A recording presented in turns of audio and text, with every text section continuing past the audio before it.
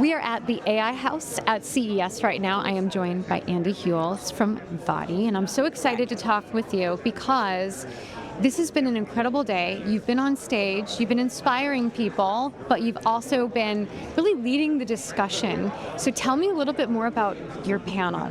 What did you talk about? Yes, I had one of the best panels here today. I think I'm a little bit biased, but our panel is called Retail Reimagined, From Vision to Value with AI, right? And so we really wanted to focus on what are the top use cases in retail. And when you think about retail, it's both e-commerce that's cloud-based, right? Like you and I shopping online, as well as physical retail, like we go into a store or a restaurant, and how does AI change that experience in terms of making it frictionless, or we talk to avatars instead of people. You know, all these different use cases that AI really is transforming the way we shop. And let's talk a little bit more about that transformation, because I think people are hearing some of these ideas and it's giving them ideas of their own. Have you noticed that when you're sharing, people are saying, maybe I'm going to do this next? You know, it's funny, I've been in AI for a long time and I present to a lot of enterprise companies, and a lot of times I'll do the art of the possible with AI. And that's exactly what happens. We call it scope creep, right? Like all of a sudden they're like, have you thought about this? And it really gets their imagination flowing. And that's why I love to work with big companies that are kind of just starting their inaugural journey in AI, because a lot of those C-levels, they didn't learn about AI in college, right? They tend to be 50 to 60-year-old men, and they're a little embarrassed that they don't understand the terminology or the use cases, or even the transformational potential of AI, and they're worried, what if I deploy this and it doesn't have ROI, and I'll get embarrassed. So it's really a great field for women to be in, because we can kind of nurture the art of the possible and kind of help them along that journey of how you choose a use case and how you deploy and who you partner with. And today on the stage, you talked with everyone first and then brought everyone up.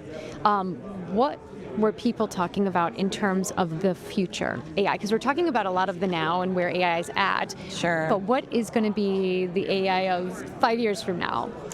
Well, one area that I think is going to absolutely explode is called voice AI. And the fact is, a lot of retailers and restaurants, if you don't speak the language, you cannot be a customer, right? And there's so many different languages, and we're a melting pot.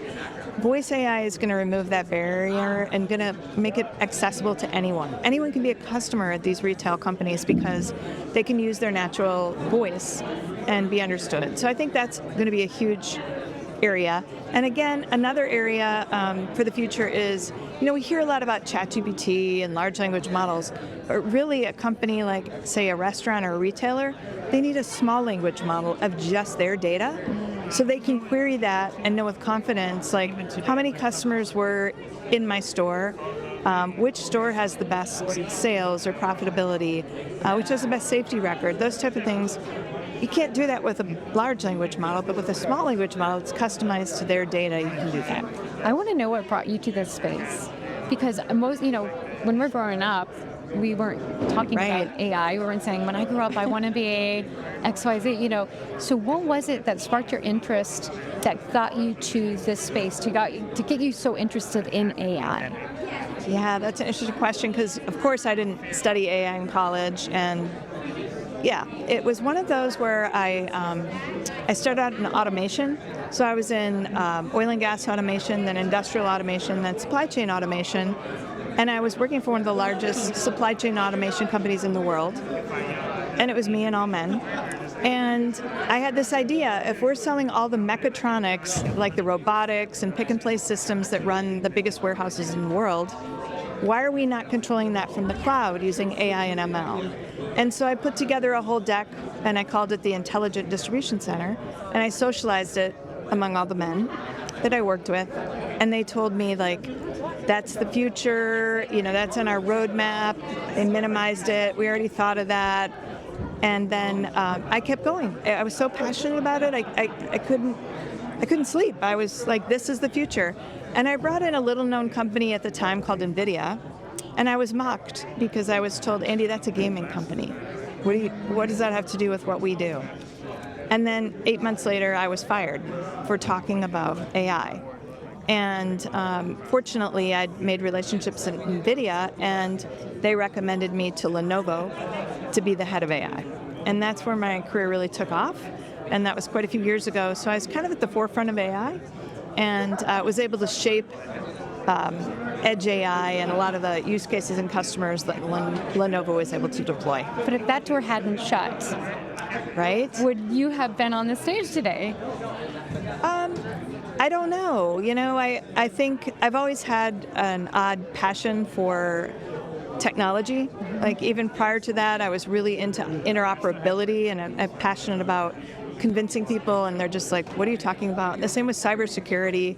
That was another passion of mine, and I literally would go to like operational technology cyber conferences on my own dime, and I thought it was fascinating. So I think I'm just really a weird girl, a weird tech girl. But what I love most about CES is it's full of people girls just like me. Yep. And I'm finally like with my people. And when I'm home with my girlfriends, I love them to death, but they don't talk about this. And I don't feel normal, right? And coming to tech conferences with people like you, you finally feel like you found your home. Right. I always describe it as, this is like the lunch table that didn't exist when we were going to school, and we're finding that community. And of course, the AI house is bringing so many people together today in that space. So any, last thoughts on just what this day has been about? Yeah, this day has been about building a community and building partnerships, because I always tell everyone, first of all, don't come to a conference unless you're speaking. You're a thought leader, and you need to share, your deployment stories, your partnerships, your experiences, and help others, because AI is still a space where there's a lot of discomfort, a lot of scary, squiggly stuff, and people just stay quiet because they're like, I don't really know what they're talking about. I'm just here to learn. But you have to show your vulnerability. So I think it was a day of, really sharing stories of how I overcame. And I did share that story on stage today, that I was fired for talking about AI, just so that other people in the audience, if they had a similar situation, that they would feel a level of empowerment, that other people have that happen to them as well.